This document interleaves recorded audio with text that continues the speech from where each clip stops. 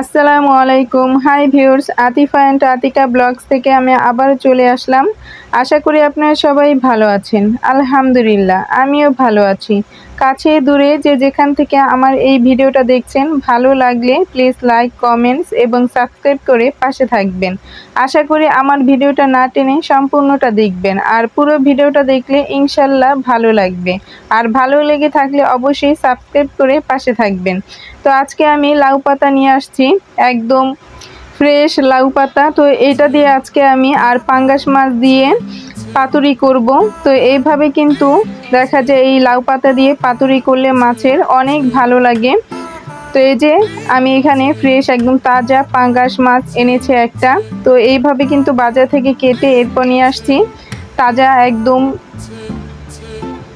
এখন এই মাছটাকে আমি ভালোভাবে ধুয়ে এরপর সব মশলা দিয়ে মেখে ম্যারিনেট করে একটু রেখে দিব।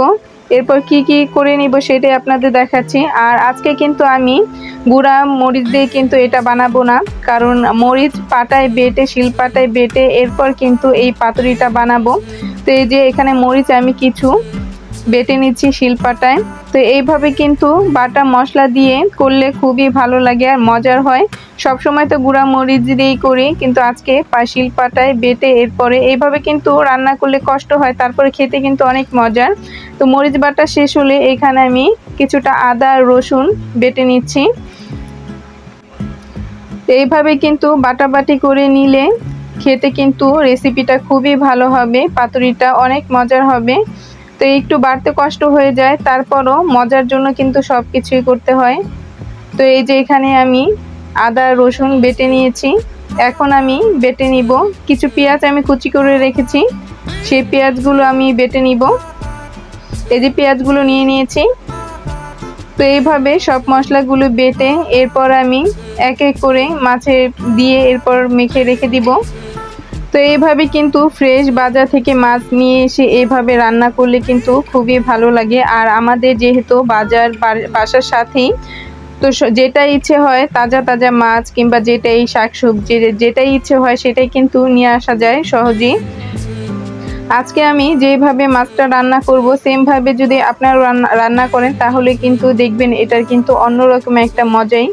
তো আমি যেভাবে সব কিছু বেটে নিয়েছি সেইভাবেই কিন্তু বেটে নিতে হবে, এই আমার মতো সেমভাবে রান্না করতে হলে। তো এই যে এখন আমি পেঁয়াজ বাটাটা আগে দিয়ে দিয়েছি, এরপর দিয়ে দিয়েছি আদা রসুন বাটা, এখন দিয়ে দিব মরিচ বাটাটা।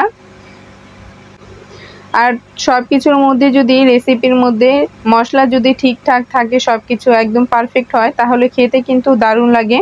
তো এখন আমি হলুদ গুঁড়া দিয়ে দিব কিছুটা, এরপর দিয়ে দিব পেঁয়াজ কুচি, আর দিয়ে দিব স্বাদ মতো লবণ, তেল।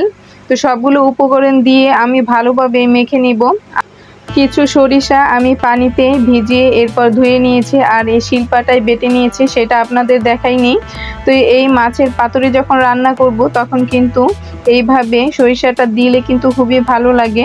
এই যে আমি পেঁয়াজ কুচি কিন্তু একটু বেশি করে দিয়েছি, কারণ দেখা যায় আমি সব তরকারির মধ্যে যখন ভুনা করি যেটাই করি পেঁয়াজটা একটু বাড়িয়ে দিই। এই যে স্বাদ মতো লবণ দিয়ে দিয়েছি আর তেল দিয়ে দিয়েছি। আর যখন আমি সরিষাটা বেটে নিয়েছি সেটা কিন্তু আপনাদের দেখাইনি। তো এখন সব উপকরণ দিয়ে মেখে নিব।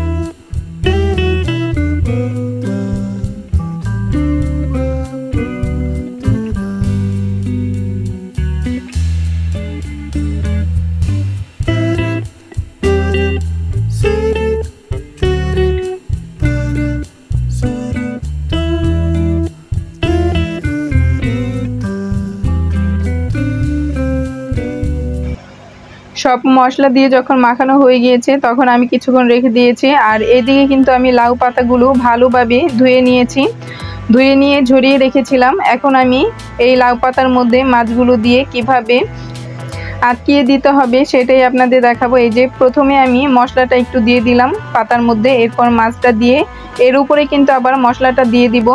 এরপর কিন্তু লাউ পাতা দিয়ে ভালোভাবে আমি ঢেকে, এরপর আগে কিন্তু আমি সুতো পিচ করে কেটে রেখেছিলাম। এরপরে যখন এই লাউ পাতা দিয়ে ঢাকা হয়ে যাবে তখন আমি সুতো দিয়ে আটকিয়ে দিব।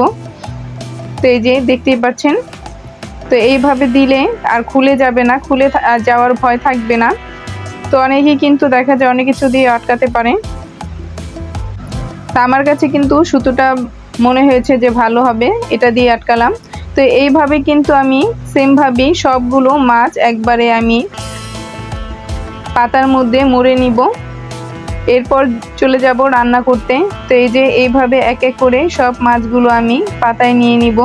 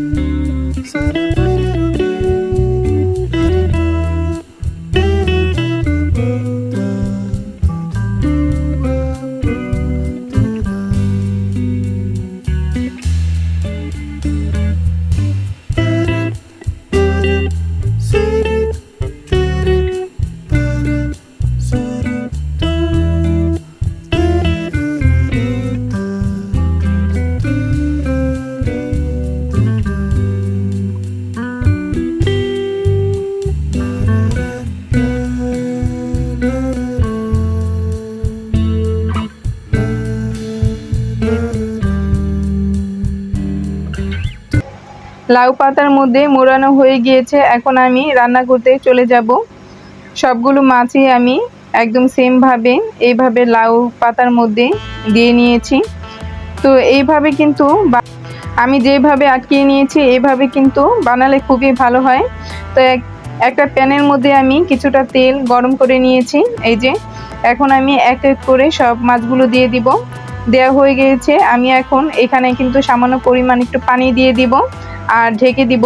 আর চুলার আঁচটা কিন্তু আমি একটু কমিয়ে দিব যেন পুড়ে না যায়। আস্তে আস্তে কিন্তু দেখা যায় মাছটাও সিদ্ধ হয়ে যাবে আর পানিটাও শুকিয়ে যাবে। যে অল্প পরিমাণের কিছুটা পানি দিয়ে আমি ঢেকে দিয়েছি, এখন কিন্তু মাছটা কিন্তু আস্তে আস্তে একদম সিদ্ধ হয়ে যাবে আর পানিটাও কিন্তু শুকিয়ে যাবে। তো দেখা যায় চুলার আঁচটা বাড়িয়ে দিলে তখন পুড়ে যাবে, কারণ যেহেতু আমি অল্প পরিমাণে পানি দিয়েছি। কারণ সিদ্ধ হওয়ার এই যে পাতা সিদ্ধ হবে, এবার মাছটা কিন্তু সিদ্ধ হয়ে যাবে, একদম হয়ে যাবে সম্পূর্ণ। আর এর মাঝে কিন্তু আমি ঢাকনা খুলে উল্টিয়ে দিয়েছি। এক পাশটা যখন হয়েছে তখন কিন্তু আমি উল্টে দিয়েছি, আর কিছু করতে হয়নি। বেশি নাড়াচাড়া করলে কিন্তু ভেঙে যাবে। দেখতেই পাচ্ছেন যখন একদম পানিটা শুকিয়ে গিয়েছে একদম পাতুরিটা কিন্তু সুন্দর হয়েছে, এই যে দেখতেই পাচ্ছেন। আর গরম ভাতের সাথে এই রেসিপিটা কিন্তু খুবই একদম অনেক মজার। তো বাসায় আমি যেভাবে বানিয়েছি আপনারা কিন্তু বানিয়ে খেয়ে দেখবেন, খুবই ভালো হয়। খুব সহজে কিন্তু এই মাছের পাতুরিটা রান্না করা।